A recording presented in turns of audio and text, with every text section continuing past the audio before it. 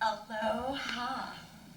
And once again, it is our great pleasure to bring you a wonderful day today with my beloved Tilak. And Tilak, in case you haven't tuned in to us before when he's been gifting us with these wonderful shows, Tilak is from Sri Lanka, and I will let him speak for himself. Would you like to have something to say to Maui? I know all these people have appreciated your shows so much. Well, I want to tell to people in Maui, I went to Honolulu. You went to Honolulu. Yeah, and I like Maui.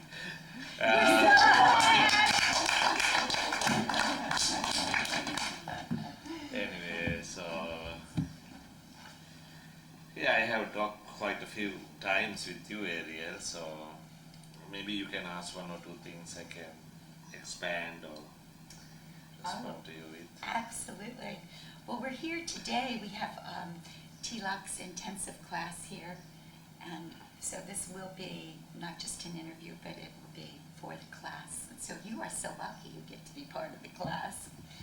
And I do have a question for you, Tilak. Yeah. Why is it that so many of us have, for years, studied information that you are talking about?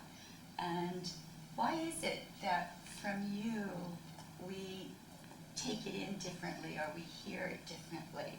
I know that that's the case for me, and it's the case for many people that I know in this group. And we've studied for a long time, we know the wisdom, but somehow when you talk to us, we receive it differently. Well, number one, actually, what I give is not information. I don't talk about information. What I say, the talks I give are not news. It's not about history. And it's not about how things work or what it is, or it is not about how to be. I'm just only showing you a picture.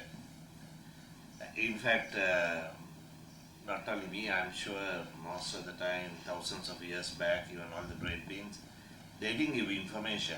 They sang songs because they were in love. So when they sang songs, number of people who were in the audience, they just danced. They just danced. It was not an outside dance, a dance inside. Something happened to them inside, out of which actually came beautiful spaces or realizations or openings, you see. Information are good only if you are a crook. Because information is to provide you with some tools so you can go and get something, you see.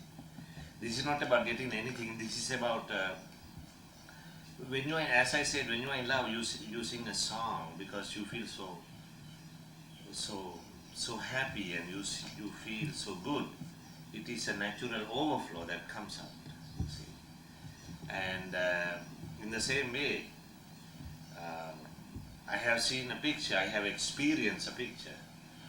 So for people who have not experienced a picture, to describe that, take a certain kind of a energy and an opening and a brilliance to show it, you see.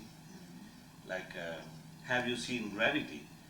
People will say, no, what are you talking about? Have you experienced gravity? You will say, I don't know exactly whether I experienced gravity.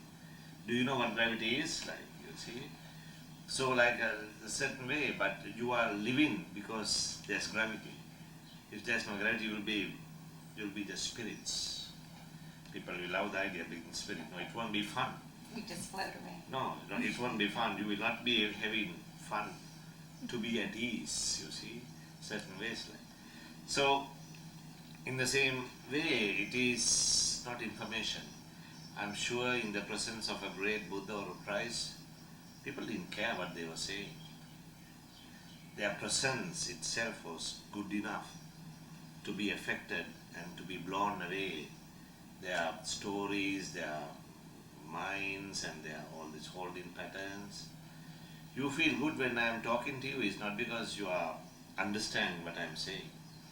You can't be educated or understood in order to have a realization. It is not a point of reference that is given to you, so you will feel better. But somewhere or other, your bodies have opened to various different degrees with the presence of light or with the presence of a cool breeze.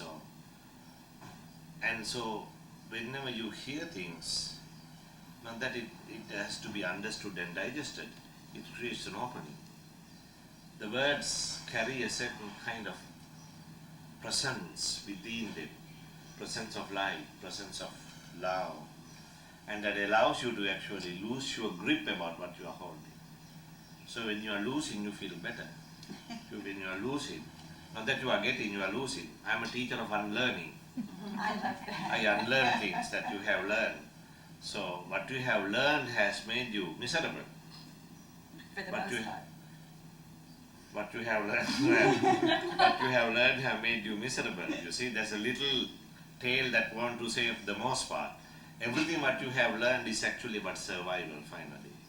You see, when it's not about I learned and I became a better person and I'm having a good life or this or that.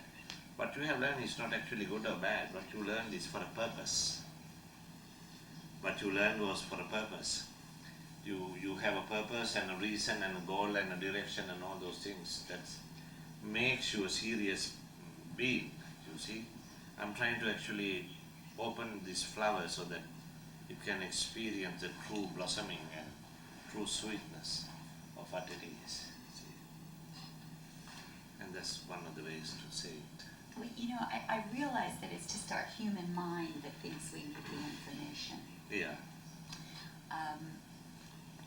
And yet, we are in that human place where Of course, everybody we're is looking human. for the information. No, everybody is human. There are no angels on earth as human bodies. Everybody is human, and that is in fact is the greatest thing that can happen. You are human, you are fragile, you are imperfect, you are impermanent, fragile being. And that's actually is not the bad news, that is the good news. Because in that good news actually makes you aware, or rather provokes you to have the very best of time now. And that's actually the human mind. And it's not like there's human mind and there are some other supernatural powers and supernatural beings somewhere else that contains all the keys to wisdom in planet Earth. Planet Earth belongs to human beings, and you are in planet Earth, and that's the end of the story. Oh, well. You mean we can't transplant ourselves? Yeah, that's how fantasy is. Yeah. You know, my thought now, this is the human looking for information. Okay. No. Human being called Airielle looking for Human being information. called Airielle, right? Yes. My thought was, because when we have these wonderful sessions with you, Yeah. and we open so much, Yeah. my thought was that then perhaps when we take in some wisdom, Yeah. that we're in a more open space to take that in a different way. Is that correct, or you? Well, actually, wisdom is not something that is stored in you like a black box in a jet plane, you know, to be found after you die. Wisdom is actually not that way, like you see. It's not something you collect and record, like in that way. Like. But wisdom is something you see. It's your ability to see daringly, outrageously, without a background. You see. Wisdom is something you see. We don't see clearly. You are not clear. You are not clear, very simply put it, because you are all over right now. You are preoccupied to a certain extent, you are distracted to a certain extent, you are fatigued to a certain extent, you are daydreaming to a certain extent. All those extents put together, you are aware about 10% here, you see. And that's not strong enough to really see clearly. In order to see clearly, you need passion. You need lust. Those You are need fun lust. words. No, you need lust. Lust is what? The zest for life. You have to be aroused in order to see. You have to be awake in order to see, you see. So people actually want to, run about 80 miles per hour without gas in the car. You can't do that. First you have to fill the gas tank. And then actually you have to have a really clean windscreen. You see, not the mirrors inside the car inside, but have a very clear windscreen. Not the mirrors to see who is behind you or what is behind you, who is coming. People clear the mirrors all the side, but have a clear windscreen. You see, and no handbrakes. No, just in case. Should be able to see clearly. See clearly in life. You see? No looking back. No looking back necessary. The best drivers, they never use handbrakes. Okay. The best drivers. Or foot brakes, right? I'm sorry? Or foot brakes. Or foot brakes either, yeah, exactly. Except Jason. Alright, so. You mean on a motorcycle? Yes. So anyway, actually there is a certain about this idea about the wisdom. In fact, there are sometimes people believe that you have some kind of intelligence or a wisdom or energy that is waiting within you to erupt at a certain time, and it will be awakened, and then you will see everything clearly, and that you are waiting for the universe to provide this particular timeline, you see. Yes. And number one, to actually understand, that's one of the greatest myths to see that, you see. All the wisdom that actually you gained in life, you gained for one purpose, to spontaneously adapt your life to any situation or any given moment that came across. It is not a wisdom that actually is stored in your body or in your brain or somewhere else, probably in your belly button, you see, to come out and just show you absolute reality. There is no such thing, because if it is so, it will be weird to have a wisdom when you did all silly and stupid things in the last few years. You just waited, in sleep, like, you see. Wisdom is not actually something that is stored. Wisdom is a space. It's a space, like you can see clearly. Wisdom is actually a vision in action. You can see clearly and then activate whatever you see. So, but wisdom is actually not about just seeing, but it's even beyond seeing, able to have impact about everything that is happening, past, present, and the future without a reference point. Yes. Okay, what's the next question? Thank you. Well. Questions are welcome from the students also today. Well, then why don't we put it out here? Yeah, they can. Yeah, welcome to. Tilak, the other day you were talking. Except the questions from Marcy. The other day you were talking about our experiences with you, and part of what you just said now. And I know for me, what happened for me, because it's really hard to describe it, I know for everyone else it's different, but for me, my experience with you was, I saw something the first time I was with you, and then as I have sessions with you, I see more things, and because I saw those things, the rest of the times when I'm not with you, wherever I'm doing, I just feel very relaxed, like nothing else matters, simply because whatever it was that I saw, I felt so comfortable and so at ease and so safe and so much well-being, and knowing that that's the way it was, that I wasn't worried about any of the rest of the other stuff. So is that interpretation close to what it really is, or that was my experience. That's a very good experience. I have no idea what you're talking about.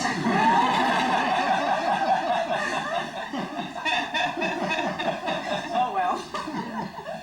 But it sounds good. Sounds good. Getting massive, I think what she's kind of trying to say is that she's gotten to a point where this other little stuff is not so No, I know what she's saying. What she's saying is like, she saw the password called "it doesn't matter." It doesn't matter, right? But it doesn't matter is actually not a password in your personal life. It is a password in infinity. You see, in your personal life there are things that matters. There are certain things that actually, in your life there's something always that says there's something serious or something preference or something priority, or there are so many things that we, you may want, your health maybe, your wealth maybe, or something that is off balance or to improve or whatever, like you see. What you see actually in life is actually, truly speaking, all the mirrors are about you. If you are not feeling good or if you are not feeling at ease and happy, no sunrise, sunset will make you happy.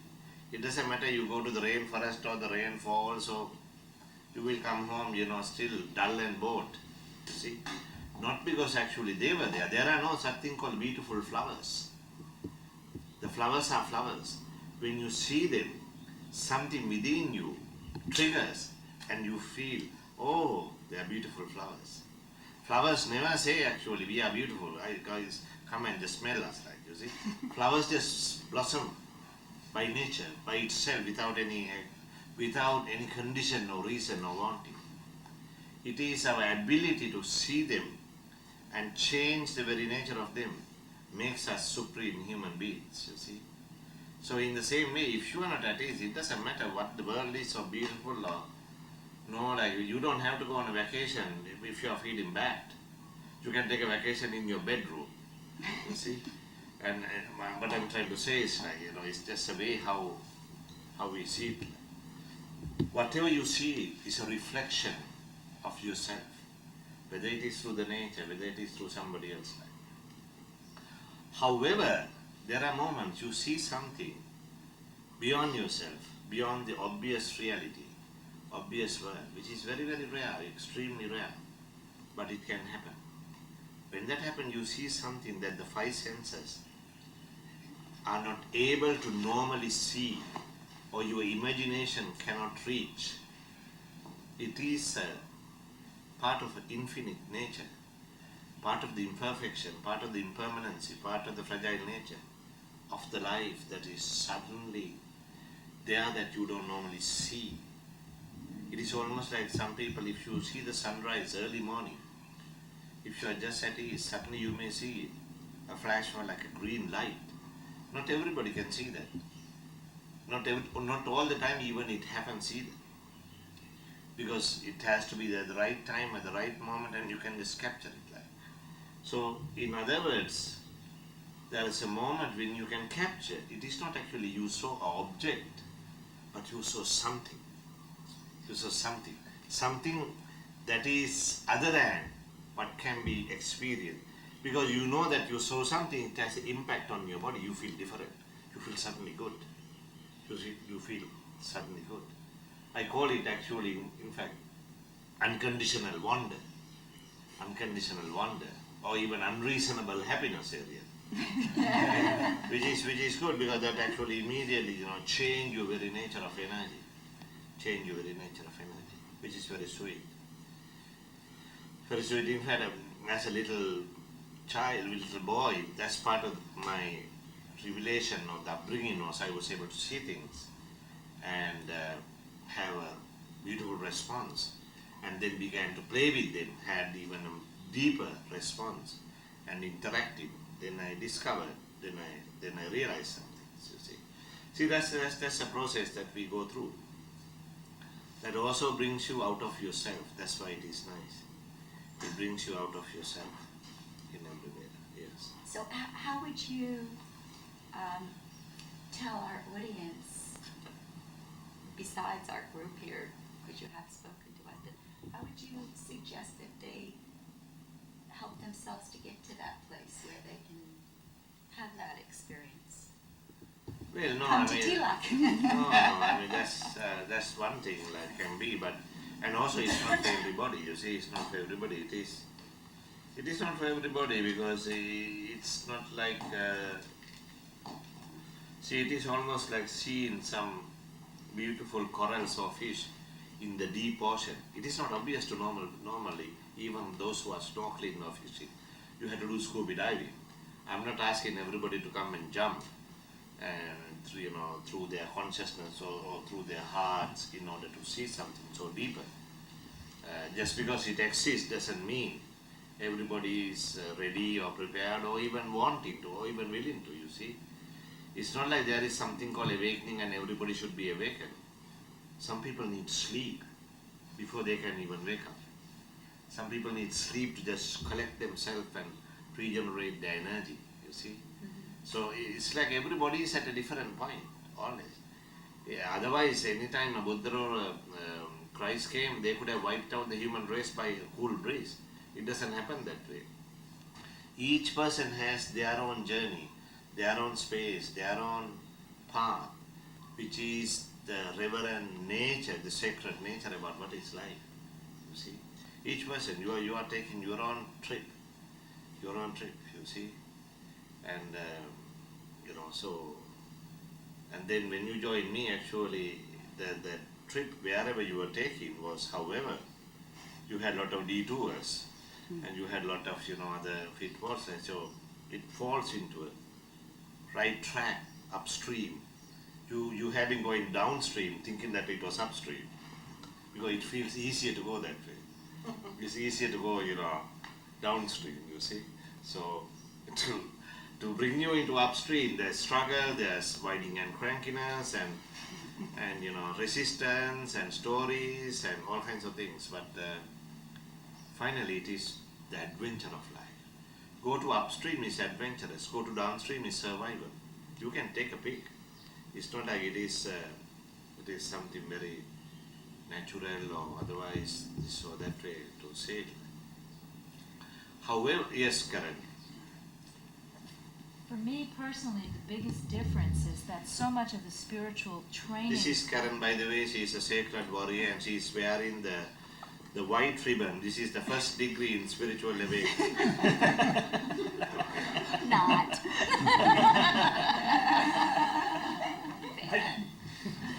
Hey! Yes. The difference is that so much of the spiritual training that many of us have had for years is it's always about getting out of this life, getting detached from this life, not being affected by this life. And what I find is in our work, in our play, it's about getting into life. It's about enjoying being alive and loving being here. And celebrating your life here. Celebrating, Yes. right. I mean, that's been the major difference about getting into the body, being here, enjoying it on all levels. Because that also suggests actually in the human mind, somewhere that there's a voice saying, you are not going to have a great life. You see? So we don't even believe that your life will be absolutely extraordinary, outrageously, fantastically beautiful. You think it will be the next one. Because you think you already had it in this one. You messed it and it completely screwed up and now that's it. Now you can always pray and meditate so you can be a better person, maybe in the next one. Or else, somehow the joy in the God or lightning, light or whatever that is possible in this one. The truth is, whether you are going to live for another 1 year or 100 years, this is the life you will experience, what is sacred, not in the next one. In the next one, you will not be Bonnie or Ruth or Airielle or next one you won't be Airielle. Your name will be Jason in next one. So that's what happens, you see. So yeah. I would ask to perhaps explain a little bit more about the cool breeze to our audience. Okay. All right. Okay. So Cool breeze. Cool breeze is actually a punchline, like a punchline in organic space that happens. Cool breeze is the punchline. When we actually have a belly laugh, we feel good. Belly laugh of the elements is a cool breeze. It's like something opens in the elements. And because we are actually always holding something. We are holding something. Our holding patterns creates contraction, heat, and shadows. You see, and shadows. So we are contract because the way we are holding is without our knowledge, because we are doing many scheming and planning. Even right now, actually, while you are listening to this talk, you are doing scheming and planning. It's not actually a good or a bad thing. It's not the habit. It's the very nature. It's the very nature. It's like scheming and planning is like in the ocean. When the ocean doesn't look like there are waves, still there are waves. There are little waves. Ocean is always scheming and planning. meaning creating waves. That's a very fiber of it, like you see. I mean, if you have a dog that doesn't wag the tail, something is off, like you see. So it's the same way. There's something nature about it, like.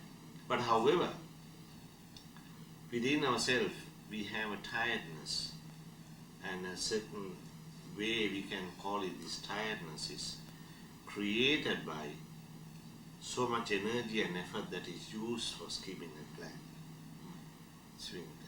So therefore, one of the greatest experience we can have is we wanted to feel cool. That's why we like coolness. That's why we like the breeze, or the mountains, or there's somewhere we feel like, oh, air conditioning and fan would have never been invented if people didn't like breeze. If people didn't want coolness, there would have been never a fan or air condition ever invented. See? But that's the natural, mechanical and artificial ways of creating a coolness. Also there is a coolness all the time, every time when you open a window or a door. When you open a window or a door, anywhere, something enters it. What enters is a light and a coolness. We are familiar with the heat light. We are familiar with the normal breeze. That is coming out of the organic structure in which we live. However, there is a coolness that comes when we open our doors and the windows of our consciousness. When we can open our doors or the windows of our consciousness, which is through our organic body we open, not through our imagination, we feel a certain kind of a coolness that can come and touch you. And that's what actually I call it the cool light or the cool breeze. Because it gives you a sense of lightness and a timelessness. And that actually brings you into a space to appreciate. In coolness, you appreciate things. In the coolness, you recognize things. In heat, you get excited. In heat, you get passion. And that's the difference. Okay? That's great. I really appreciate that explanation. Thank you. I wanted to. Yes. Tilak, when we work with you, Yeah. we often see light. Yeah. What's that all about? The light is actually two things about the light. There's heat light, what we see. Heat light, what we see. That's a heat light is actually just an organic energy in which one of the qualities of the fire is fire radiates, fire fire ascends, fire illuminates, and there are so many qualities of the natural fire. And we are balls of heat. And so whatever we see about light is actually in the form of heat that is there. This is not a heat one. This is not actually heat light. This is almost like you have a veil around you, like a veil around you, veil. And in that veil around you, you see something. You see something. What do you see? It's your personal space. In the veil, you are covered with your personal story. You are covered about everything that you know about. You have put a blanket or a towel over your face, like it's literally you are doing that way, in a sense, you see.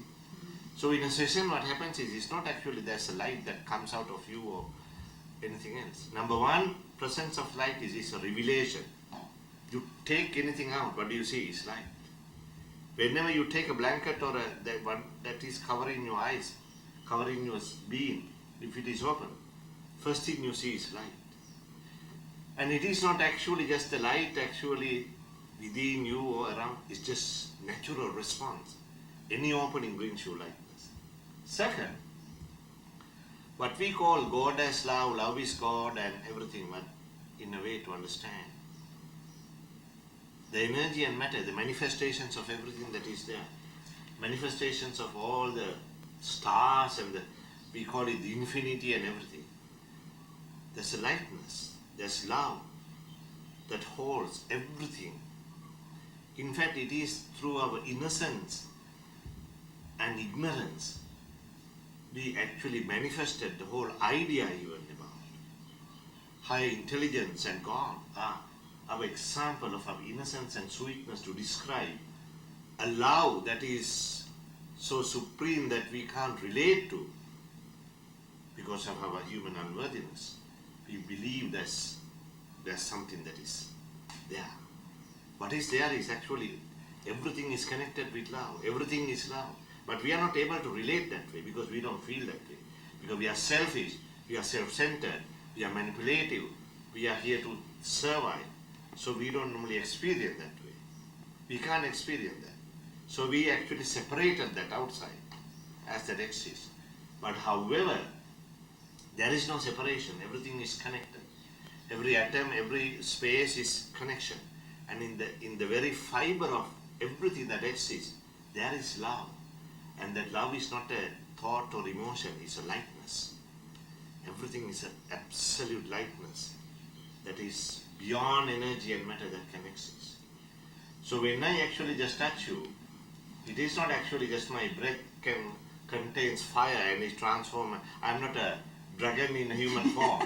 Are you sure? You're a light dragon. No, if it is so, if I'm just a dragon in a thing, then it'll be a nice kick to you. It'll be only like a jump starter to a car. I will be just a battery giving you just a jump starter because your battery is out of whack. So it just gives you a thing.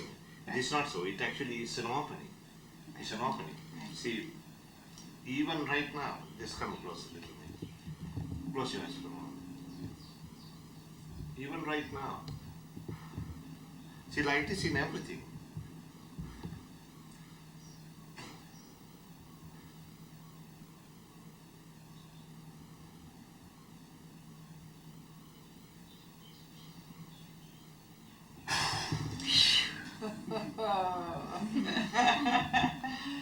Whew.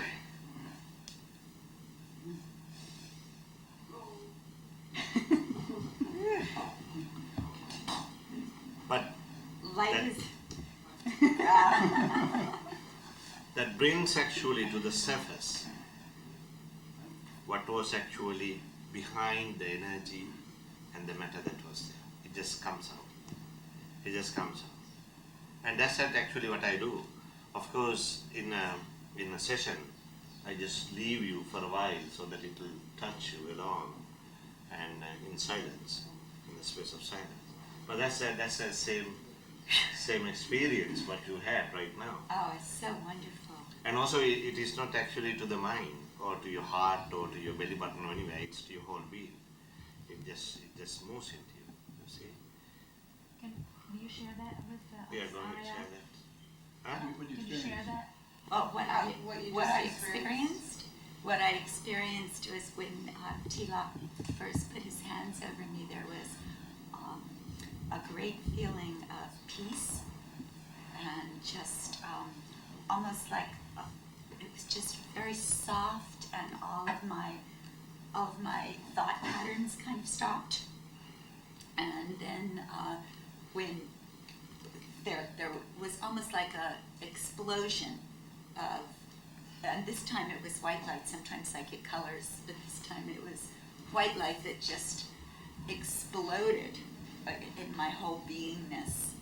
You know, I wanted to ask you, last night when I went to bed, and I've had this experience before with the light at nighttime when all the lights are out, you know, and there's all this light. Did you go to bed alone or? Yes, I was alone.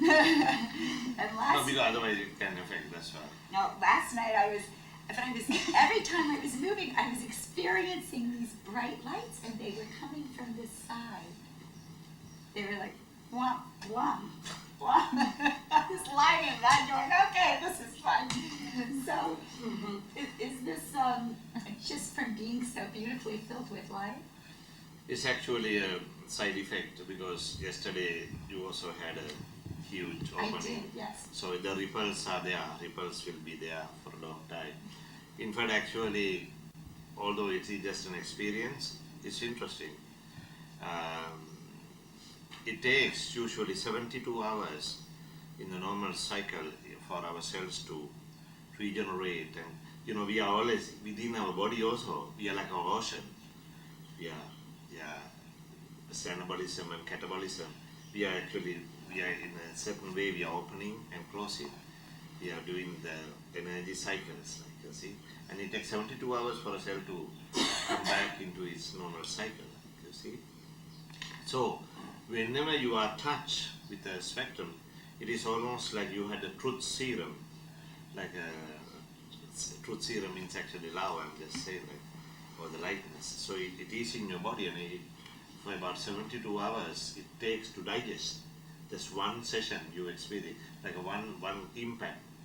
It goes into your body, and then in 72 hours it just begins to expand. And then it goes for about, that's 3 days, 72 hours, 3 days, like. Then for about 9 days afterwards, it's like, they're like waves, you see, waves. So about 9 days, then 27 days, like you see. Like it just, that's why I designed certain ways so that it takes you, like a plane that is taking off, like, 33 days, like, so I do certain things called intensives for those who, they're just very specific journeys. So the brilliant light is actually given to you, and it's there in your body. So it's for about 33 or 66 days. Even if you try to sabotage, you attempt to sabotage, doesn't work. You see? Even if you try to, sabotage. When I say even if you try to sabotage, you do sabotage, though without your knowledge. That's a part of the unworthiness, you see. It feels like you are just impatient and you can't just break the habit, and it's not that, it's just the very nature. Like if you really look at your life, if you left it alone, it would have been fine. If you left yourself alone and not interfered with the normal process of awakening. How but boring. No, that's what actually it looks like. That's why you sabotage. That's the interesting thing about it, because you have to put yourself into a drama. Otherwise it doesn't feel right. Because you are not in the soap opera in the TV, but you are in soap opera in your kitchen and your bedroom. So I mean that's a natural attempt that comes along. Well, what is it, my work with you and being with you has definitely made me do things to change my life. I've seen that big time. My question is, what is it, like, I've had experiences with you where we have a session, and especially the first one, I remember Karen, I laughed for 3 days afterwards. Yes. It was just like everything was funny, and I just kept laughing. Yeah. So what is it that creates that? Is it just taking away? Taking away actually most of your story, and then you are able to enjoy a certain presence within yourself, and that's very, very important. When the story is not there, there's no heaviness. In the story it says, call so and so today, call this and that, this important, this and that, like, because they are all connected with a certain kind of a manipulation. Why you can laugh is only if you are effortless. You see, effortlessness is a very difficult energy to understand. Effortless doesn't mean actually you are just doing nothing and lying down in the bed like. It means actually whether you are walking or whether you are cooking or whether you are doing things, there is no energy generated in order to maintain, or it is not a stressful point to bring about, you see. So that's a very, very important aspect about it, is to understand that. Because basically, most of the time what we are trying to do is to make sense or to be happy. Or awakening and enlightenment are just ideas or fantasies that one day you'll be there.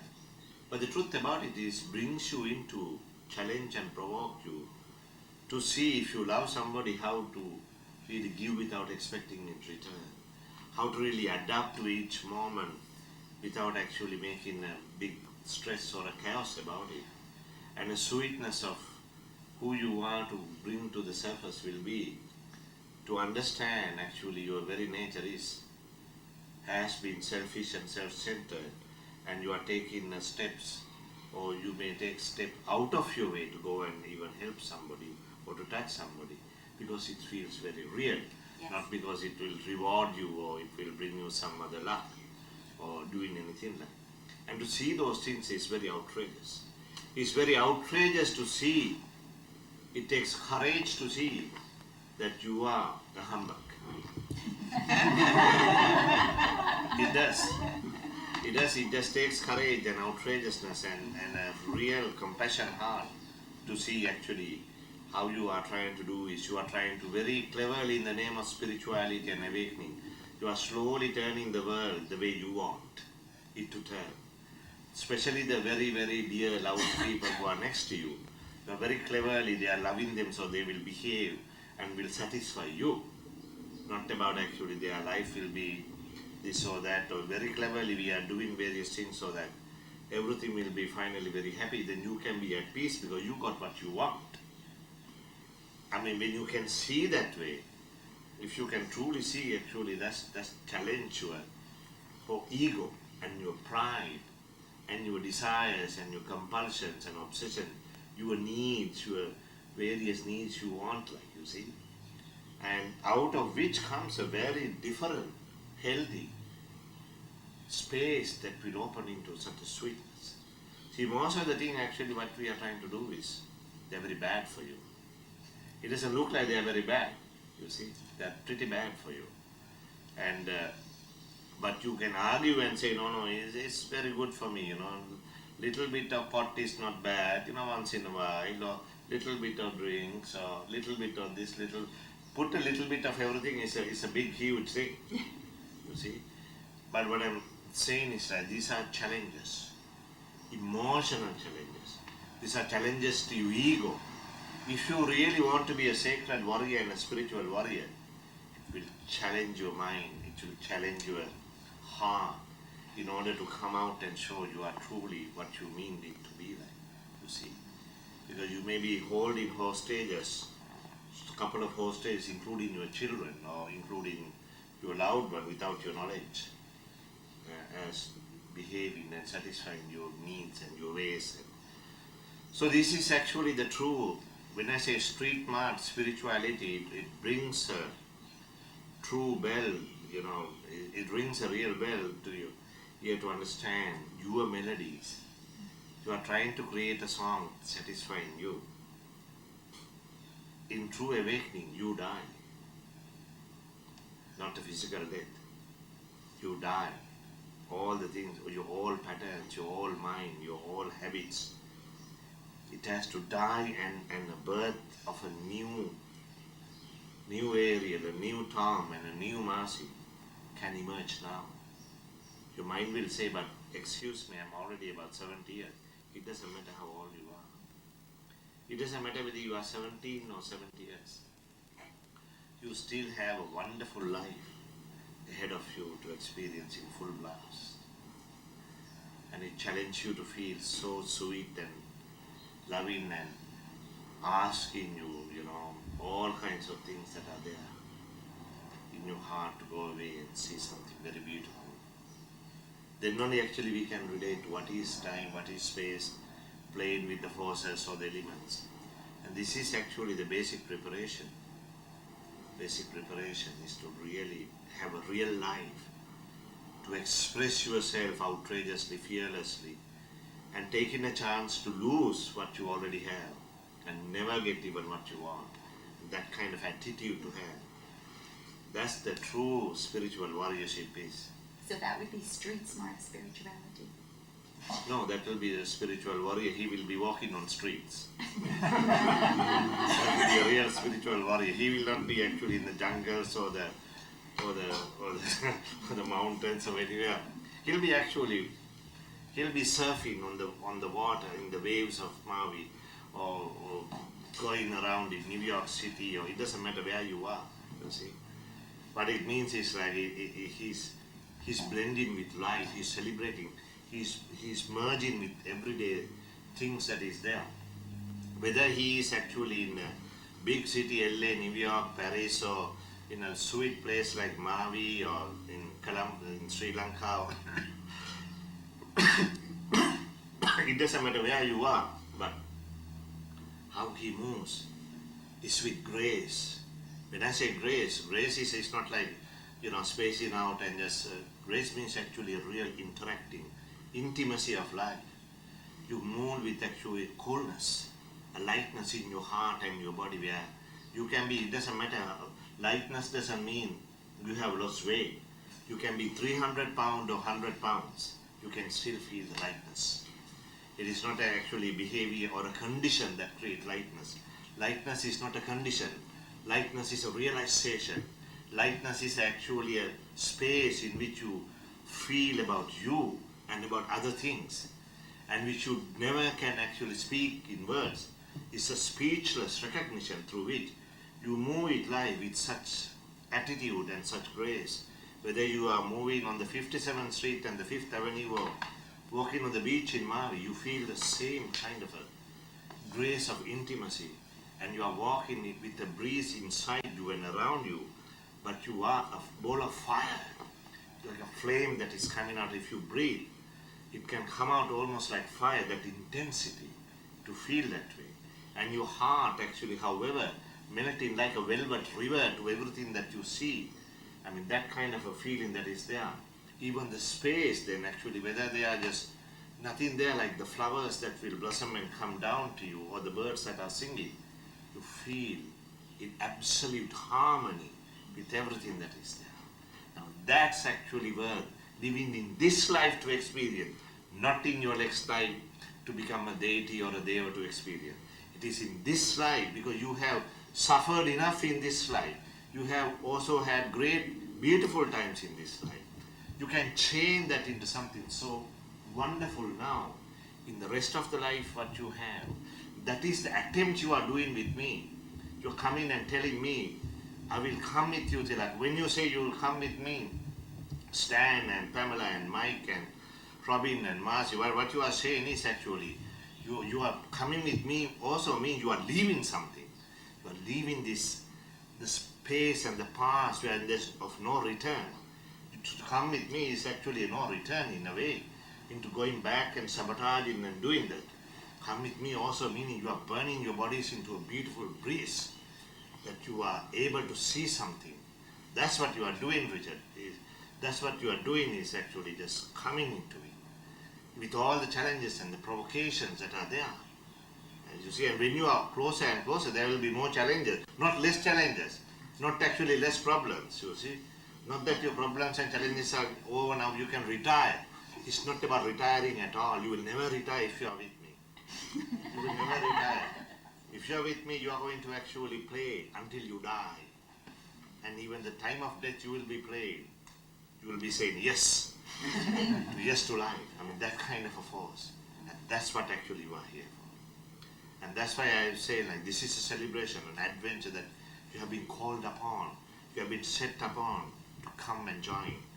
This is a great wave, like a tidal wave that will come with a bunch of human beings, not about thousands of people, maybe a couple of dozen human beings only, can create such a great force that can radiate itself into such a momentum that will touch others, just like a breeze and the sunlight touch so many things. So many people will be feeling your presence and your love, and that can affect them. Your children's will also feel you. And that's actually the true spirituality, awakening means.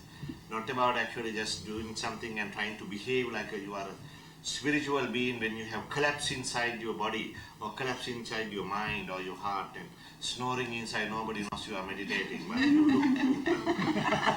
But truly speaking is to come out and just be a warrior. Be a warrior actually means you are actually breaking the grounds within your heart of all the nonsense that has set upon you and makes you a prisoner inside. And the walls are being taken out, you are coming out. And that's actually the beauty about it. Thank you very much. Thank you. That's all.